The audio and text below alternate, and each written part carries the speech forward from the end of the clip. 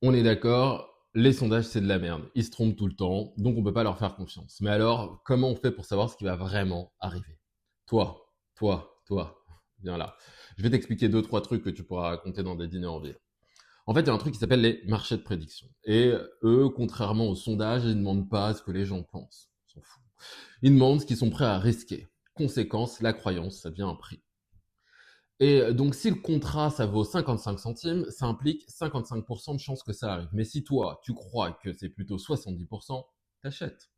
Et comme t'achètes, le prix monte. Conséquence directe, là, tu viens d'injecter ta connaissance dans le marché. Et c'est exactement ce que Frédéric Hayek, l'économiste, expliquait. L'information est dispersée, personne n'a la vue complète, mais un mécanisme de prix bien senti, bien construit peut l'agréger mieux que n'importe quel expert. Donc, à chaque trade, ça n'est pas un pari, c'est un signal. Cependant, ça ne marche que si le marché est épais. Beaucoup de traders, beaucoup d'argent, beaucoup de liquidités. Par contre, un marché mince, comme un sondage avec 12 personnes, ça vaut rien, aucun signe fiable, c'est juste du bruit.